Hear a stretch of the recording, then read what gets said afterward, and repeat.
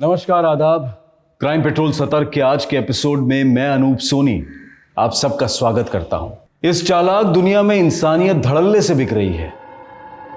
हमें अपनी मासूमियत को इस सौदेबाजी से बचाना होगा। कहीं इस दलदल में हम धंस ना जाएं। हमें खुद को बचाना होगा। अंकल मैं काजल, आप प्लीज़ मेरी हेल्प करिए। मुझे आपकी हेल्प की ज़रूरत है अंकल। आप प्लीज़ अंकल मेरी हेल्प करिए, मैं मुसीबत में हूँ।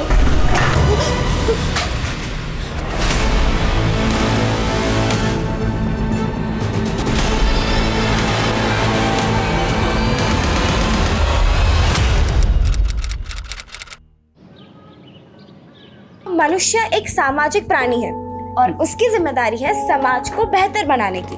लेकिन आज के मनुष्य ने अपने स्वार्थ और लालच को समाज की दुर्गति है। आजकल के बच्चों को ना इंग्लिश स्कूल में पढ़ाने का एक ही नुकसान है, हिंदी में बहुत ही कच्चे होते हैं।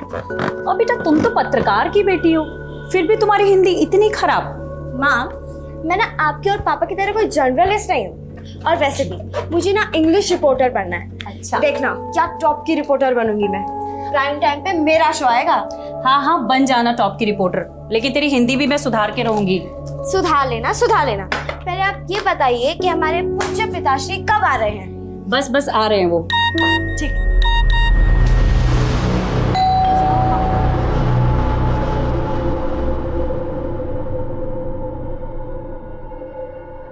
पापा, हो गई पार्टी की तैयारियां?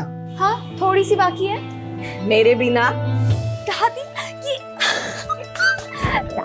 ये कैसी है आप? मैं ठीक हूँ, तू कैसी है? मैं ठीक हूँ। अभी आप इतने टाइम बाद आई है ना, तो मैं आपको वापस नहीं जाने देने वाली। अब हो गई शिकायत दूर। चल बर्थडे पार्टी मनाते हैं। हाँ? Happy birthday, dear Kajal. Happy birthday.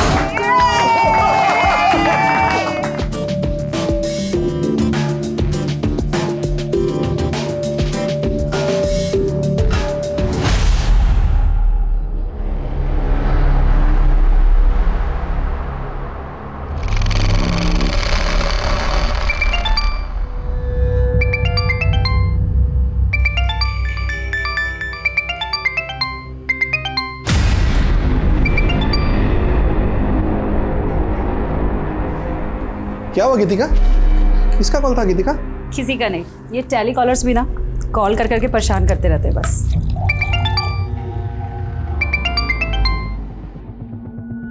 मैं माँ को कोल्ड ड्रिंक दे के आती हूँ।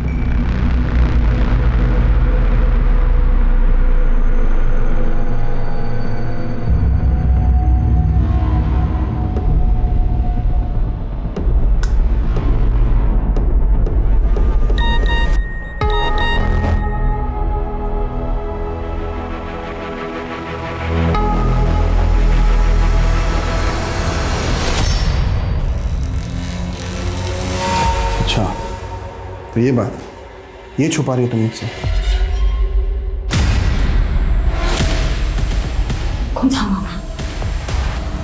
कौन है वहां?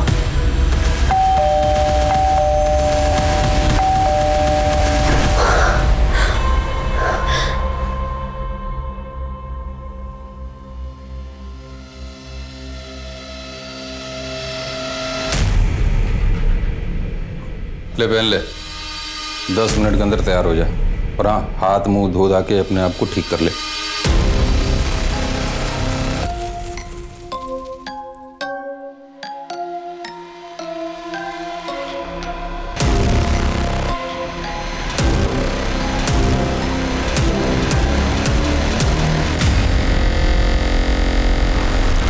खूबसूरत जिंदगी के सपने हम सब देखते हैं, लेकिन जब ये सपने टूटते हैं तो हर दर्द की एक अलग कहानी होती है। पर काजल की कहानी क्या थी? उसका हंसता खेलता बचपन और उसका खुशहाल परिवार किस गुनाह के साए में बिखर गया था? उसके माता पिता और दादी अब कहां थे? और वो खुद किस अंधेरे में जी रही थी जिसने उसकी मुस्कान छीन ली थी? वो कहां थी, किन लोगों के साथ थी? आखिर क्यों उसकी जिंदगी, उसकी मासूमियत एक पिंजरे में कैद सी नजर आ रही थी?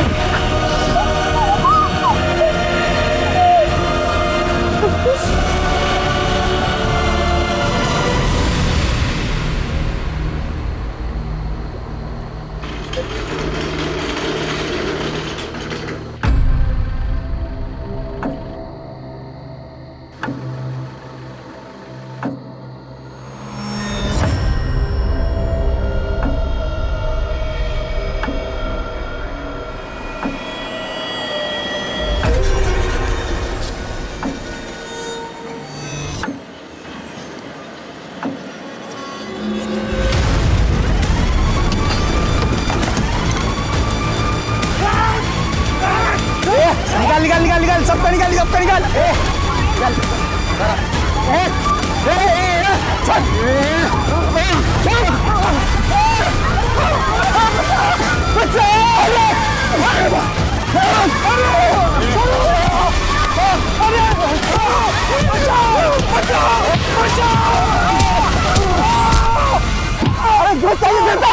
तू देगा हमको?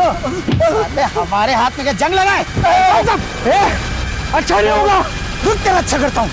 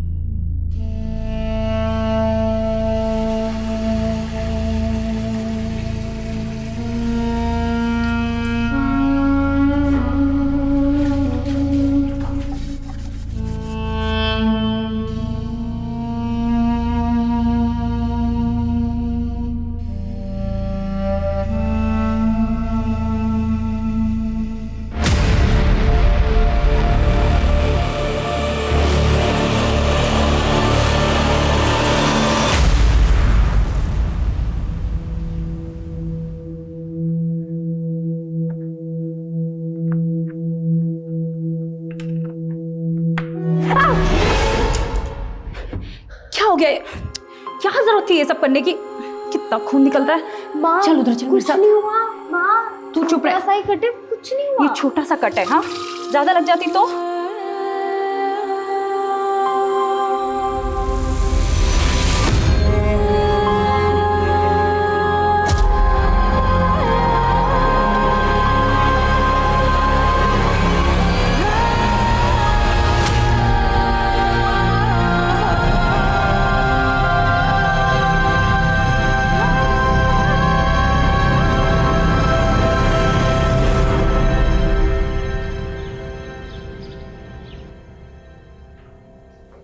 सर अभी अभी खबर मिली है कि बाईपास पर एक फैमिली के साथ लूटपाट हुई है सर। उनके एक फैमिली मेंबर की हत्या कर दी गई और उनकी महिलाओं के साथ रेप हुआ है सर।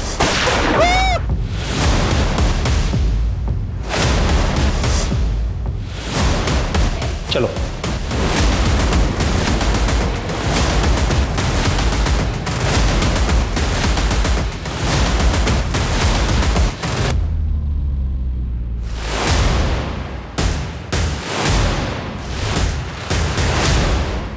सर कल एक फ़ोन आया था जिसके बारे में, वारदात के बारे में इन्फॉर्म थी सर।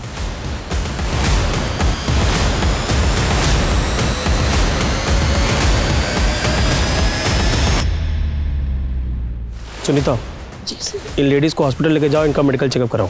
जी सर।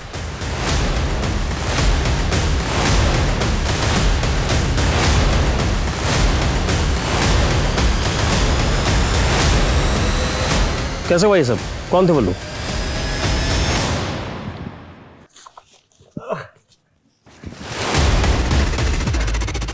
हम नहीं जानते वो लोग कौन थे, लेकिन इसका जिम्मेदार सिर्फ आप लोग हैं। सुन रहे हैं ना?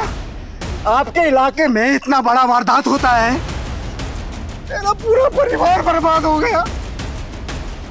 आप लोग जिम्मेदार इसका। देखिए उस परिवार का गुस्सा जायज है और ये लॉ एंड ऑर्डर की जिम्मेदारी किसकी है? आपकी है ना? और कर क्या रहे हैं आप लोग? आपकी वजह से जनता में मेरी छवि खराब हो रही है। सर हम क्रिमिनल्स को पकड़ने की पूरी कोशिश कर रहे हैं और हम ये case senior officer Abhimanyu Jindal को हैंडओवर कर रहे हैं सर।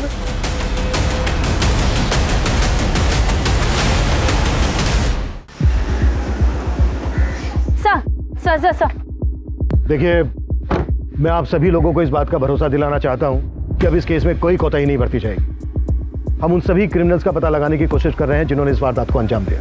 लेकिन सर इससे पहले भी इस इलाके में और भी कई वारदातें हो चुकी हैं। देखिए मैं समझता हूं ये केस बहुत ही संवेदनशील है, इसमें मैं आप सभी लोगों के सहयोग की भी जरूरत है। अगर आप लोगों के पास इस केस से संबंधित कोई भी जानकारी है तो प्लीज हमारे साथ शेयर कीजिए। क्या देख रही है? हमारा नंबर है 93339525। ज्यादा मत देगा कर, दिमाग खराब होता है। चल आजा।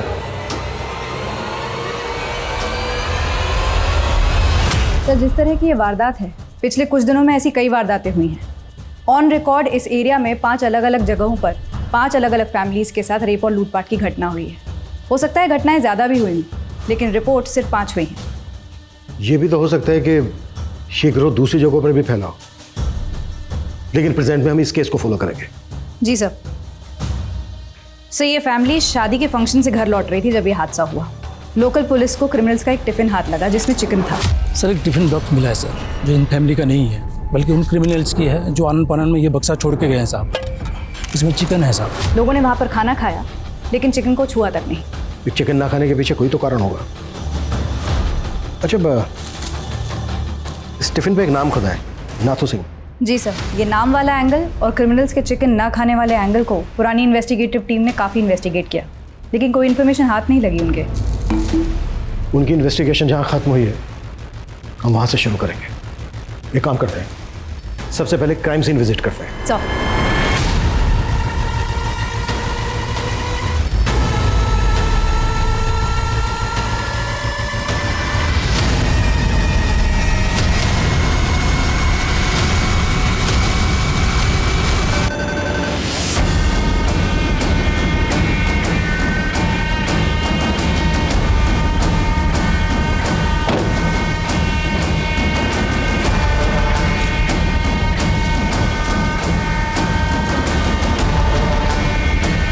सर ये जगह बाईपास रोड से लगभग आधा किलोमीटर जंगल के अंदर है। ये जो 5वीं वारदात हुई वो इसी लोकेशन पर हुई। इस 5वीं वारदात से पहले जो 4 वारदातें हुई थी वो यहाँ से करीब 8 से 10 किलोमीटर की दूरी पर हुई थी, और ये 5 वारदातें इसी बाईपास रोड के आसपास हुई हैं। इस रेडियस में कोई रिहाइश भी नहीं है। राइट सर, रात को इलाका और भी सुनसान हो जाता होगा, जिसका फायदा क्रिमिनल्स ने उठाया।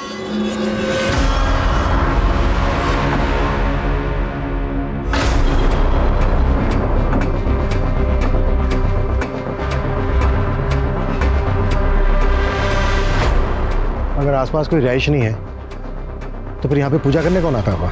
शाश्वता, आसपास के इलाकों में पता करो कि यहाँ पर लोकल लोगों का आना जाना है क्या।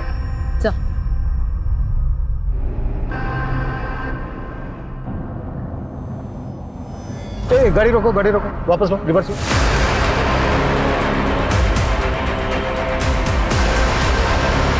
रोको।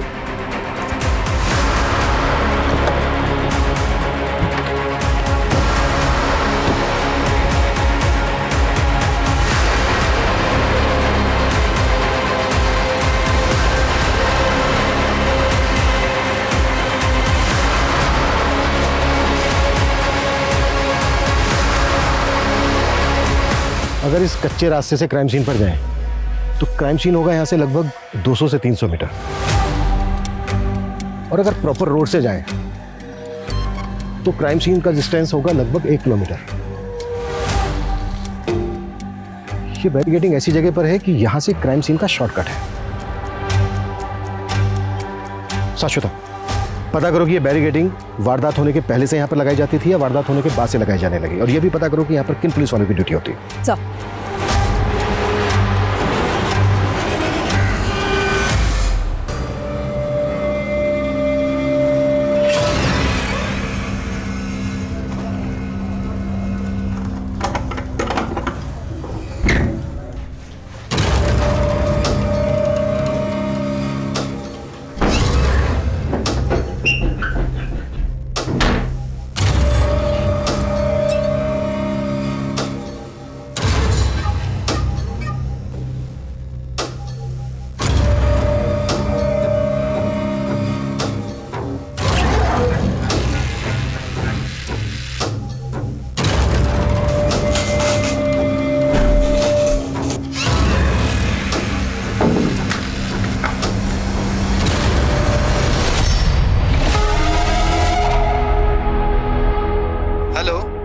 हेलो, मुझे अंकल से बात करनी है। अंकल? कौन अंकल? देखिए आप प्लीज अंकल को फोन दीजिए मुझे। हेलो।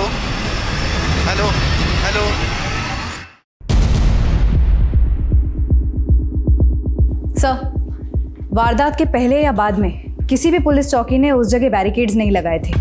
वो बैरिकेड्स वहां किसने पहुंचाए इसकी कोई इन्फॉर्मेशन नहीं मिल रही है। कहीं ऐसा तो नहीं है कि वो बैरिकेड क्रिमिनल्स के द्वारा इस्तेमाल किए गए हो? उसी बैरिकेडिंग से टारगेट सेट करके आगे इंफॉर्मेशन पास करती जाती हो। एक काम करो, विक्टिम्स की फैमिलीज को बुलाओ। सर उस रात हम शादी से वापस लौट रहे थे और अचानक गुंडों ने हम पे हमला कर दिया। निकाल सबका निकाल। अच्छा, जहाँ पर ये वारदात हुई उससे पहले तुम्हें कोई पुलिस बैरिकेडिंग मिली थी? सर आधा 1 किलोमीटर पहले एक नाकाबंदी पे हमारी गाड़ी रुकवाई गई थी।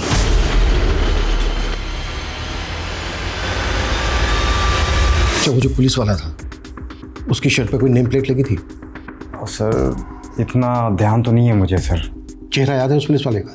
सर काफ़ी अंधेरा था और मुझे कुछ याद भी नहीं है सर।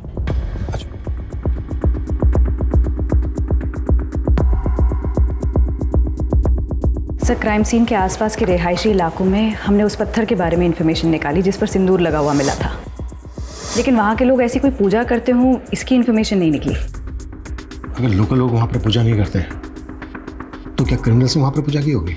सर हो सकता है कि ये किसी ट्राइबल कम्युनिटी का काम। ऐसे समुदाय होते हैं जो धार्मिक भी होते हैं और ऐसी वारदातें भी करते हैं। आखिरी वारदात जिस दिन हुई उस दिन मंगलवार था और क्राइम सीन से हमें चिकन से भरा हुआ टिफिन मिला।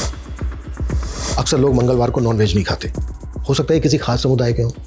ऐसे समुदाय के बारे में पता करो और इस वारदात से पहले जो 4 वारदातें हुई हैं उनकी फैमिलीज को बुलाओ।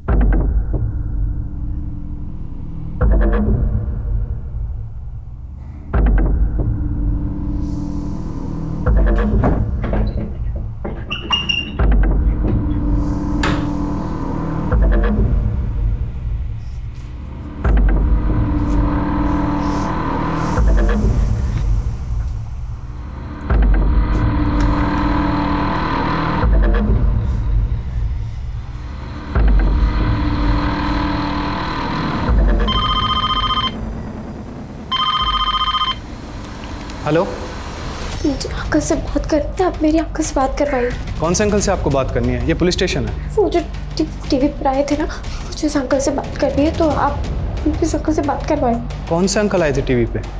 आप बताइए बेटा, क्या बात है, मुझे बताइए। क्या हुआ? सर एक बच्ची का कॉल है, वो कह रही है मुझे उस अंकल से बात करनी है जो टीवी पर आए थे। हेलो हेलो बेटा, मैं वही अंकल हूँ जो न्यूज़ में आए थे टीवी पर। बोलो क्या बात करनी है? अंकल, मैं ना यहाँ पर फंस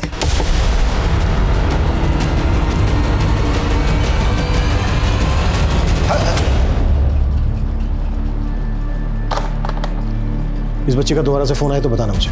सर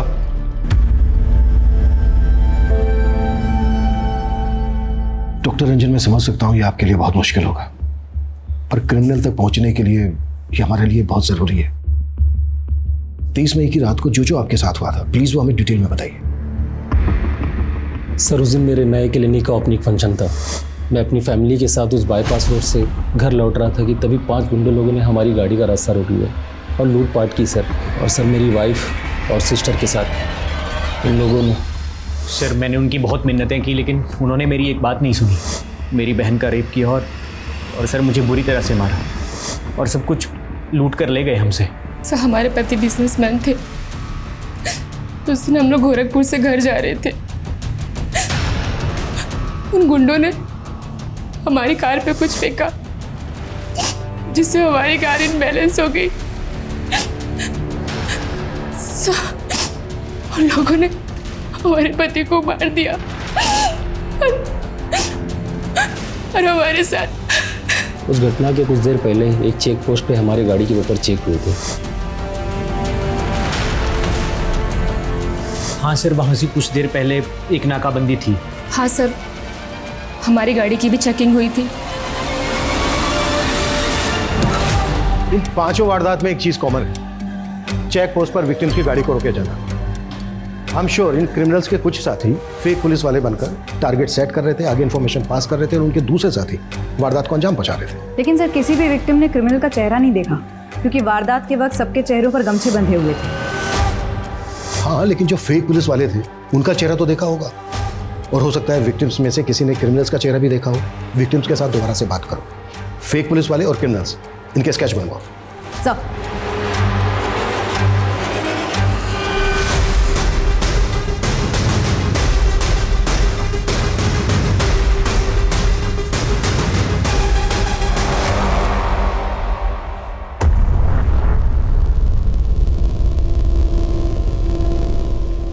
सर, उस बच्चे का दोबारा कॉल आया है।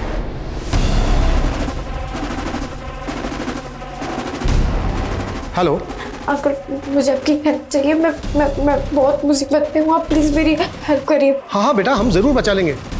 अच्छा बताओ, तुम किस मुसीबत में हो और इस वक्त हो कहाँ पर?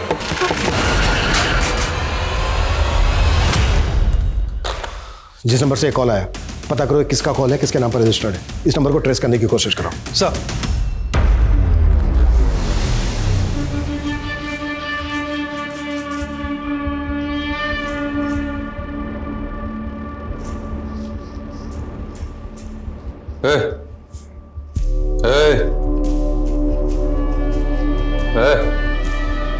चलो, चलना नहीं है। सर, कुछ विक्टिम्स की मदद से हमने क्रिमिनल्स के स्केचेस बनवाने की कोशिश की।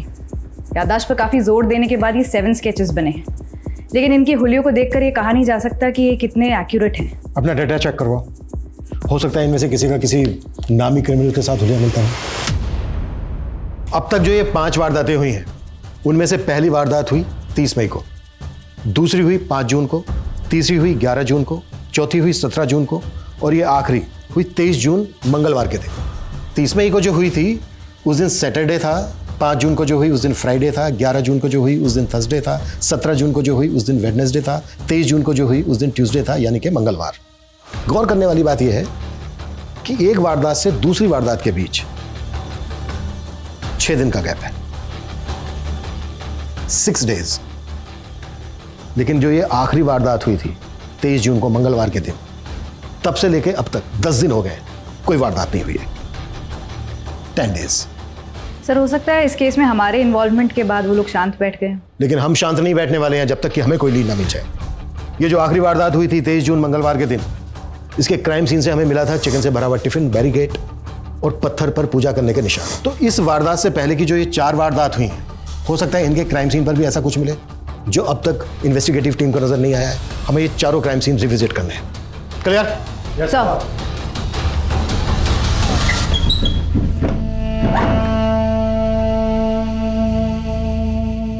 ले, तेरे लिए दूध लाया हूं, फटाफट पी ले।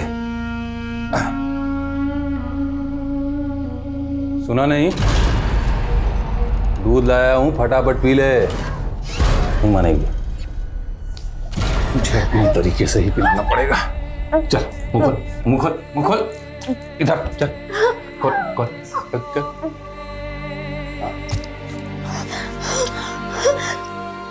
रख के जा रहा हूं, बचा हुआ पी लेना।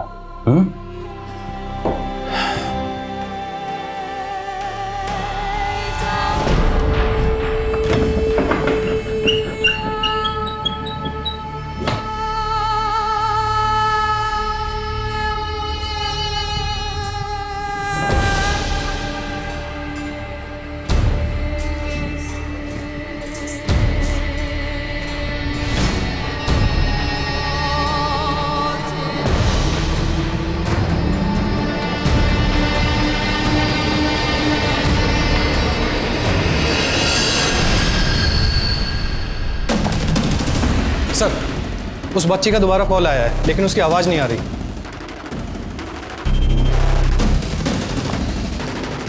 हेलो हेलो हेलो अंकल, मैं काजल, मुझे आपकी हेल्प चाहिए। बेटा, मुझे आपकी आवाज़ नहीं आ रही है। Hello uncle, hello. अगर आपको मेरी आवाज़ आ रही है तो मैं फ़ोन काट के अपने मोबाइल फ़ोन से आपको वीडियो कॉल करता हूँ। अंकल, अंकल, मैं काजल। हेलो बेटा, हेलो। मुझे आपकी हेल्प की ज़रूरत है अंकल, आप प्लीज़ प्लीज़ अंकल मेरी हेल्प करिए, मैं मुसीबत में हूँ।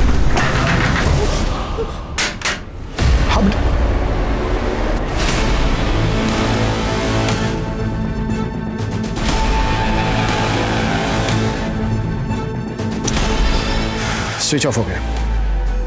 बच्ची काफी घबराई हुई लग रही है। ऐसा लग रहा है जैसे किसी मुसीबत में हो, उसको कहीं बंद करके रखा गया हो। ये देखो, विंडोज पर भी वुडन प्लैंक्स लगे हैं। जिस नंबर से बच्ची फोन कर रही है, मैंने कहा था तुमसे पता करो किसका नंबर है, कहाँ का है। पता किया? सर, टेलीकॉम सर्विस प्रोवाइडर को बोला था, लेकिन एक बच्ची मुसीबत में है, मदद मांग रही है हमसे। कुछ भी हो सकता है उस बच्ची के साथ, और तुम्हारे पास लेकिन के अलावा कोई जवाब नहीं है। खड़े क्या हो, पता करो। सर,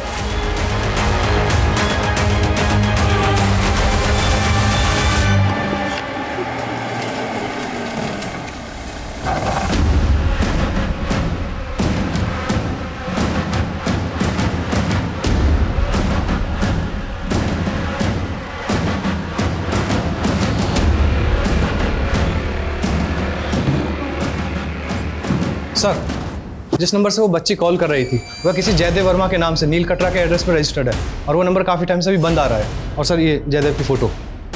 अच्छा, जिस वक्त बच्ची ने कॉल किया था उस वक्त वो नंबर कहाँ पर एक्टिव था? सर गौतम नगर।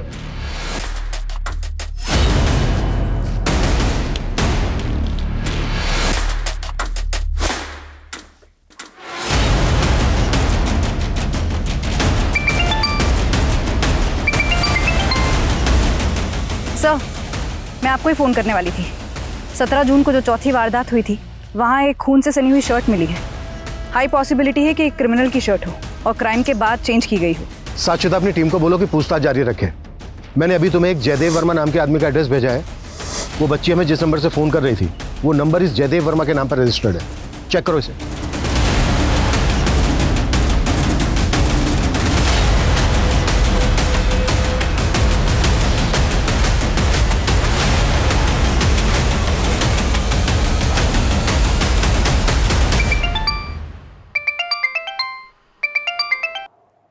हाँ शाश्वता। सर, जिस जयदेव वर्मा का आपने एड्रेस भेजा था वहाँ कोई जयदेव रहता ही नहीं है। आई थिंक वो नंबर फेक आईडी पर लिया गया है। उस नंबर के कॉल रिकॉर्ड्स में हमें 2 नंबर और भी मिले। वो दोनों भी फेक आईडी पर लिए गए। वो बच्ची ज़रूर गलत लोगों के चंगुल में फंसी है। उस बच्ची ने जिस नंबर से हमें फ़ोन किया था वो नंबर उस वक्त गौतम नगर में एक्टिव था। गौतम नगर बहुत बड़ी कॉलोनी है। एक काम करो, एक टीम बनाओ, उस टीम को बच्ची का फ़ोटो दो। स्क्रीनशॉट लिया था मैंने। हो सकता है उस एरिया में बच्ची का फ़ोटो देख के उसे कोई आइडेंटिफाई कर ले।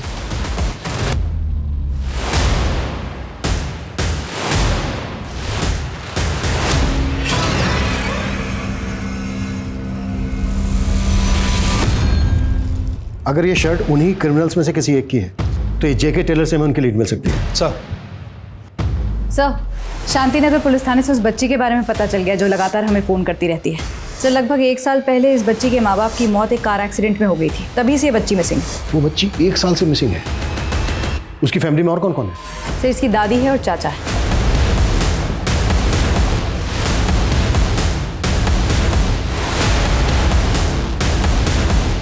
मेरी काजल जिंदा कहाँ है वो? आप उसे अपने साथ लेके क्यों नहीं आए? इस वक्त काजल कहाँ है हमें नहीं पता। काजल ने हमारे पुलिस स्टेशन में फ़ोन किया था, उसे हमारी मदद चाहिए थी। हमें ऐसा लगता है कि उसको कहीं कैद करके रखा गया है। कहाँ कैद थी? ये हम पता लगा रहे हैं। आप लोग प्लीज़ ये बताइए कि 1 साल पहले एग्जैक्टली क्या हुआ? काजल उस दिन मेरे बेटे और बहू के साथ ही थी। वो लोग मुझे मिलने यहाँ मेरे घर आने वाले थे। दादी, हम बस निकलने ही वाले हैं, लेकिन पहले आप मुझे ये बताइए कि आपने मेरे लिए स्पेशल डिश बनाई है ना? तू बस आ जा, तेरी पसंद की सारी चीज़ें बनाई है। अरे मम्मी, आपके लिए कुछ लाना है क्या? नहीं बेटा, तुम लोग जल्दी से आ जाओ बस। मैं शाम तक इंतजार करती रही, फिर खबर मिली कि उनका एक्सीडेंट हो गया है।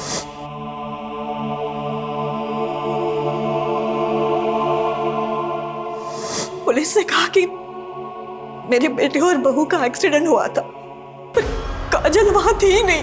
उसने ऐसा कैसे हो सकता है कि काजल भैया और भाभी के साथ नहीं होगी? इसलिए मम्मी को उन पे शक हुआ। मुझे तो यही भी लगा था कि मेरे बेटे और बहू का एक्सीडेंट नहीं बल्कि हत्या हुई थी।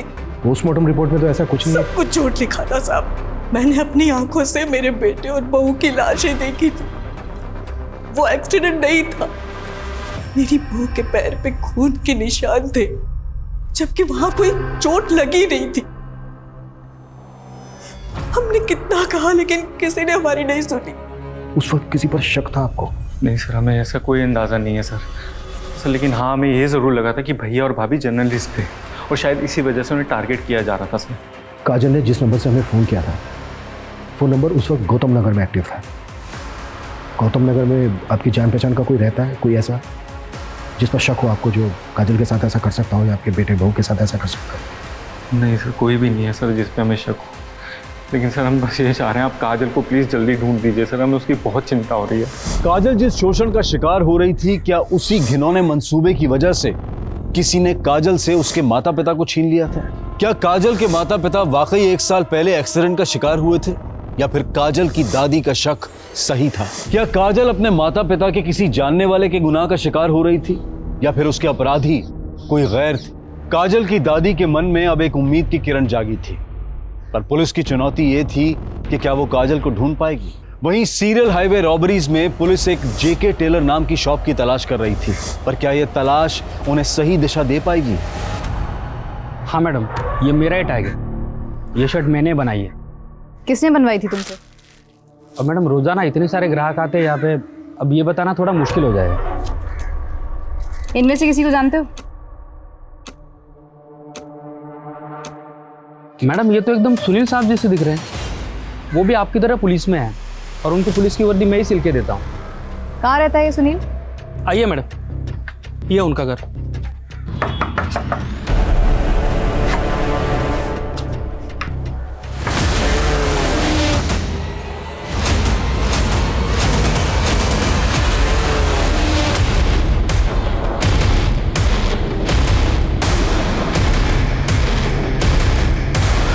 सर मैंने सुनील के रिकॉर्ड्स अच्छे से चेक किए, कहीं भी इन्फॉर्मेशन नहीं मिली कि वो पुलिस वाला है। जबकि अमोल ने सुनील का फोटो आइडेंटिफाई करते हुए कहा है कि ये वही पुलिस वाला है जिसने वारदात वाले दिन बैरिकेडिंग पर उसकी गाड़ी रोकी थी। मतलब अब ये साफ है कि सुनील उन क्रिमिनल्स में से एक है जो फेक पुलिस वाले बनकर टारगेट सेट करते थे और उनके बाकी के साथी वारदात को अंजाम देते थे। सर टेलर ने जो सुनील का नंबर दिया था वो किसी फेक आईडी पे रजिस्टर्ड है, और सर सुनील का वो नंबर उन 2 नंबरों में से एक है जिससे काजल हमें कॉल करती थी। मतलब इस सुनील का काजल के अबडक्शन से भी कनेक्शन है? सर कहीं ऐसा तो नहीं कि काजल के पेरेंट्स इसी गैंग का शिकार हुए हों और फिर इसी गैंग ने काजल को अबडक्ट कर लिया? काजल की दादी और चाचा का भी यही कहना है कि उनका मर्डर हुआ था। काजल की दादी और चाचा को बुलाओ, हो सकता है ये लोग इन क्रिमिनल्स को पहचानते हो।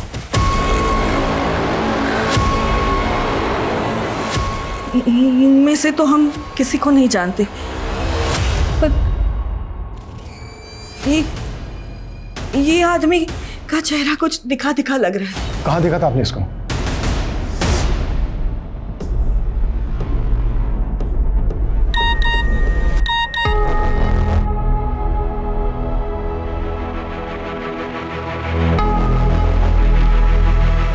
अच्छा ये बात है, ये छुपा रही हो तुम मुझसे? तुम्हें धमकी भरे मैसेजेस आ रहे हो, तुमने मुझे बताया तक नहीं। हमारे प्रोफेशन में तो ये आम बात है ना, ऐसे कॉल और धमकी आना। लेकिन तुम्हें मुझे तो बताना चाहिए ना एटलीस्ट। रघु मुझे धमकी भरे मैसेज कर रहा है।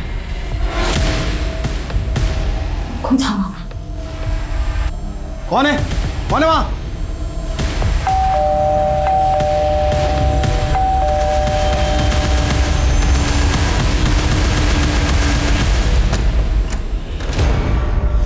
तू, तेरी हिम्मत कैसे हुई गीतिका को धमकी देने की? हाँ? चल रे, आराम से शांत। मुझे तो लगा यार तुम अकेले ही बेवकूफ आदमी हो, तुम्हारी पत्नी तो समझदार होगी, पर नहीं, तुम दोनों के ऊपर ईमानदारी और अच्छाई की चर्बी चढ़ी हुई है। अब पते की बात सुन लो, केस जो है ना वापस ले, नहीं तो सबको मार देंगे। किस वजह से ये आदमी आपके बेटे और बहू को धमकी दे रहा था? वो हमने हमारे बेटे और बहू को बाद में पूछा भी था, पर उन्होंने हमें कुछ नहीं बताया। एक तरफ हाईवे पर लूट और रेप के केस, और दूसरी तरफ उन क्रिमिनल्स में से एक क्रिमिनल काजल की फैमिली के पर्सनल स्पेस तक पहुंच गया। से हाईवे रॉबरीज के 5 केसेस काजल के केस से बिल्कुल अलग लग रहे हैं। काजल के पेरेंट्स की संदिग्ध हालत में मौत और उसको कैप्टिव रखना, इसके पीछे कोई बड़ा मकसद लग रहा है सर। अब तक हम मानकर चल रहे हैं कि काजल को गौतम नगर में कहीं कैप्टिव करके रखा गया होगा। एक काम करो, गौतम नगर में क्रिमिनल्स के बारे में पूछताछ करवाओ, शायद वहां पर किसी ने किसी को देखा हो। सर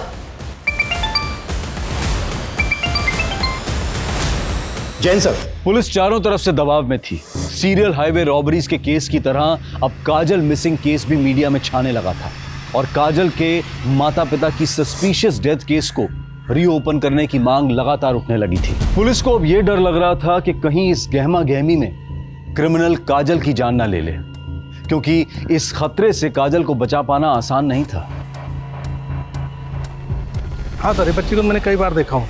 ये लड़का मेरे ऑटो में कई बार इसको लेके जाता था। ये दोनों लड़के और बच्ची अब कहाँ मिलेंगे, और तुम इनको कहाँ से पिक करते थे अपने ऑटो में?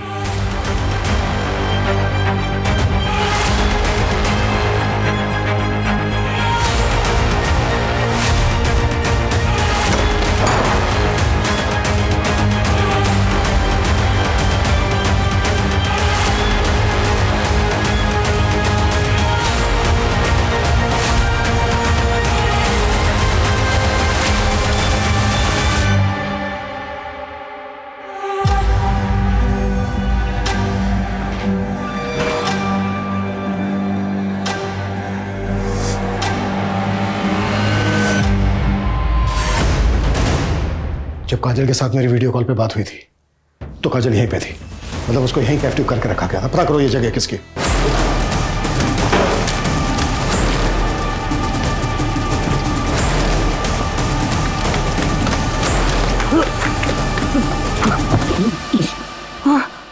काजल खाए। मुझे नहीं मालूम, उसको दिलीप लेके गया था। कौन दिलीप और कहाँ ले गया था? वो सब मुझे नहीं मालूम। 1 साल पहले काजल का किडनैप तुम लोगों ने किया था ना?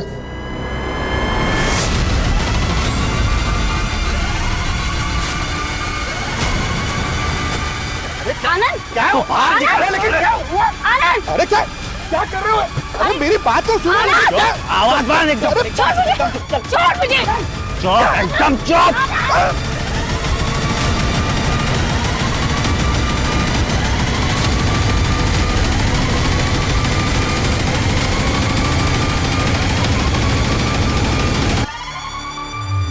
और पिछले 1 साल से साहब उससे मजे कर रहे हैं।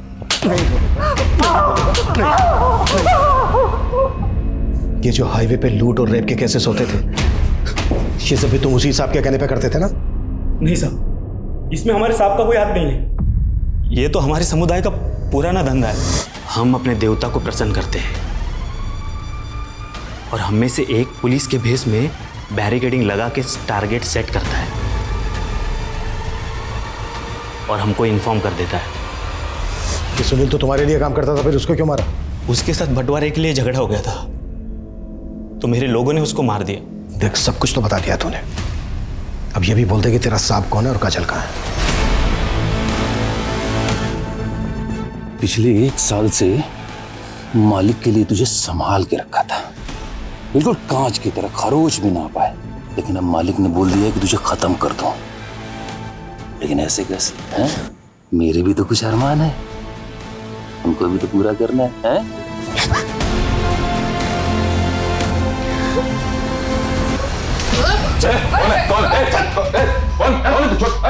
मैंने छोड़।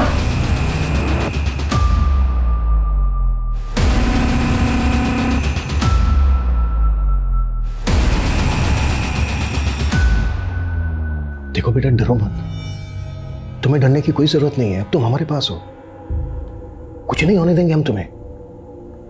बस बेटा हमें ये बता दो कि वो लोग तुम्हें किस आदमी के पास लेके जाते थे?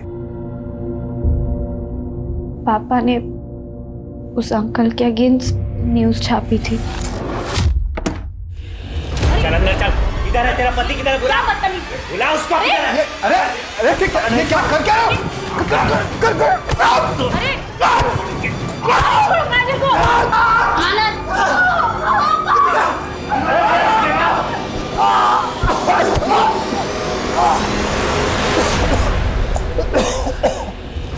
पत्रकार साहब, बड़ी तेज कलम चलती है आपकी।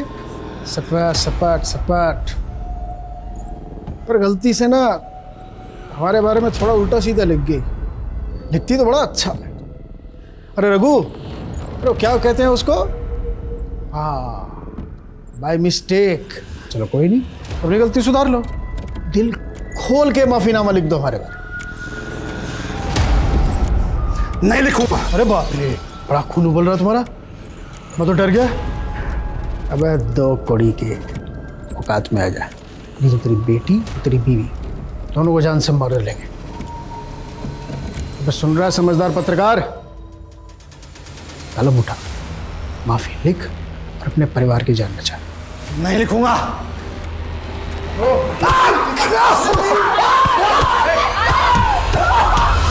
उसके करप्शन की एविडेंस थे, इसलिए उसने साहब ने बोला था कि उनकी मौत ऐसे हो जैसे एक्सीडेंट लगे, तो मैंने उनको मार के कार में डाल दिया और कार को खाई में फेंक दिया। तुम्हारा हिसाब कौन है?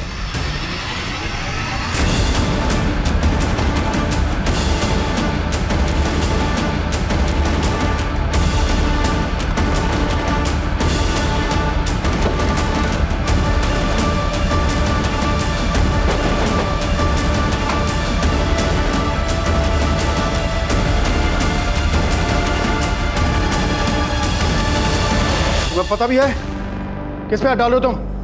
2 मिनट के अंदर ना तुम्हारी वर्दी छीन जाएगी तुमसे। हमारी चिंता छोड़िए, अपनी सोचिए मंत्री जी। आपकी तो कुर्सी भी गई और इज्जत भी। ये फाइल देख रहे हैं आप? इसमें आपके सभी कुकर्मों का हिसाब किताब है।